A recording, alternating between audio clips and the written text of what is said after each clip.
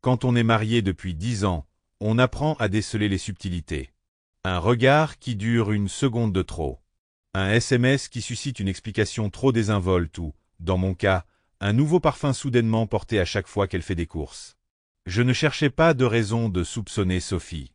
Je l'aimais. Je l'aimais de tout mon cœur.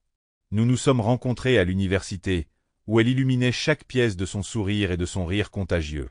Quand je l'ai demandée en mariage, je n'aurais jamais imaginé que nous serions autrement heureux.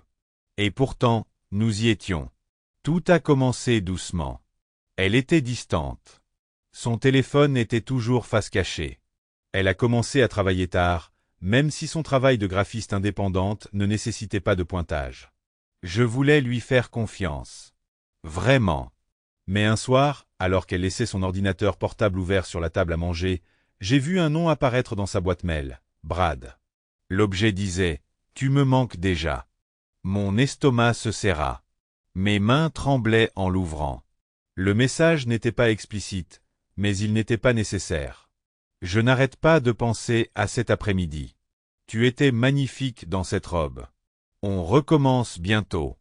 J'ai fermé l'ordinateur et fixé le mur, les morceaux de notre vie commune se brisant dans mon esprit comme du verre.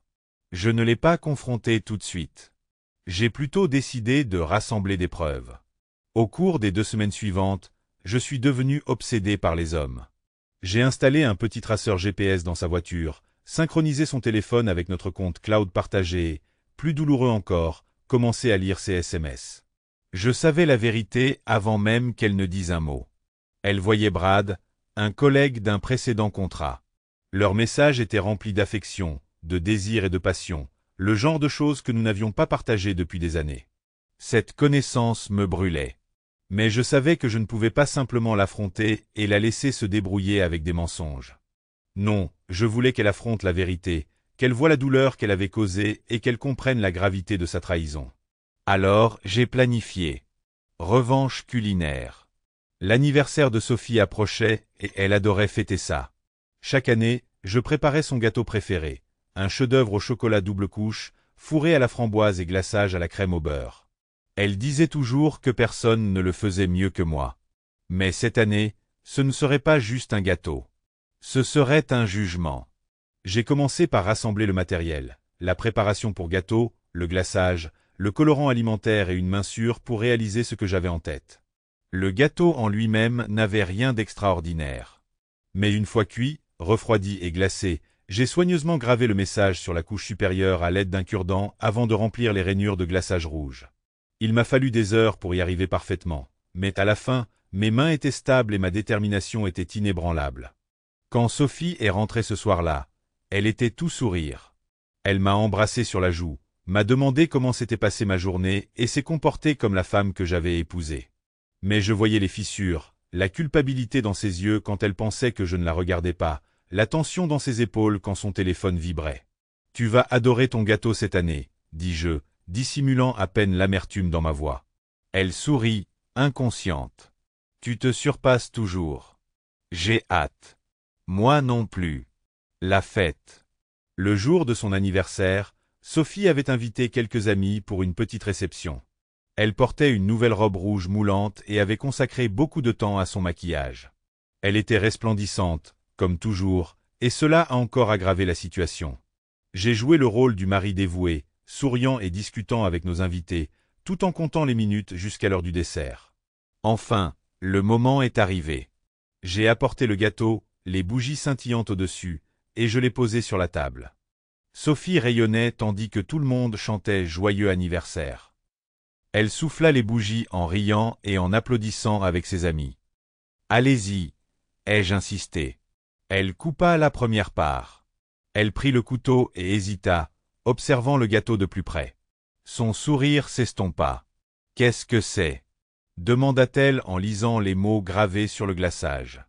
Le silence se fit tandis que chacun tendait le cou pour voir. « Joyeux anniversaire, tricheur » pouvait-on lire sur le gâteau.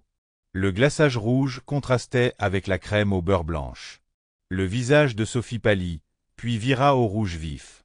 Elle balbutia. « Qu'est-ce que c'est » J'ai croisé les bras et me suis appuyé contre la table, laissant le poids de ma colère se faire sentir dans ma voix.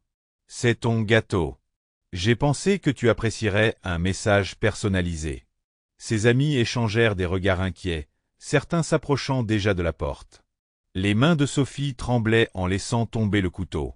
« On peut parler ?» murmura-t-elle d'une voix à peine audible. « Oh, maintenant tu veux parler ?» dis-je en élevant la voix juste assez pour la faire frémir. Tu n'avais pas l'air d'avoir envie de parler quand tu te faufilais avec Brad. Des exclamations de surprise parcoururent la pièce. Claire, la meilleure amie de Sophie, la regarda, choquée. « C'est vrai ?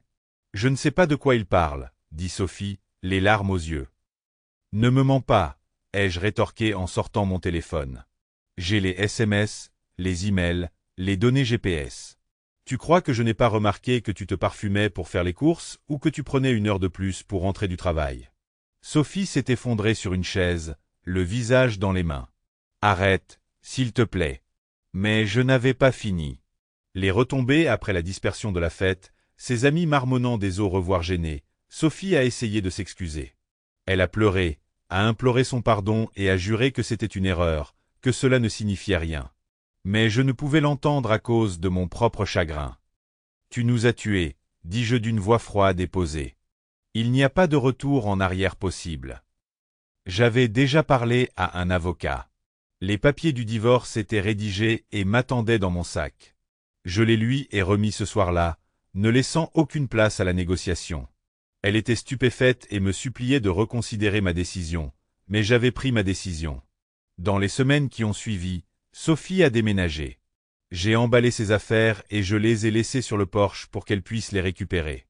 J'ai changé les serrures, mis à jour mon testament et effacé toute trace d'elle de la maison. La douleur ne s'est pas dissipée du jour au lendemain, mais chaque jour sans elle me semblait plus léger, plus libre. La plus belle des victoires. Des mois plus tard, j'ai appris par des amis communs que Brad l'avait larguée. Apparemment, elle voulait plus qu'une aventure, et il n'était pas intéressé. Sophie vivait dans un petit appartement et peinait à reconstruire sa vie. Pendant ce temps, je m'épanouissais. La thérapie m'a aidé à surmonter cette trahison et j'ai commencé à me concentrer sur moi-même, à faire du sport, à me lancer dans de nouveaux passe-temps et même à sortir avec quelqu'un. La meilleure revanche, dit-on, c'est de bien vivre. Mais pour moi, la meilleure revanche a été de la voir prendre conscience du poids de ses erreurs. Chaque fois que je repensais à ce gâteau, je ne pouvais m'empêcher de sourire. Parfois, le glaçage est vraiment la meilleure partie.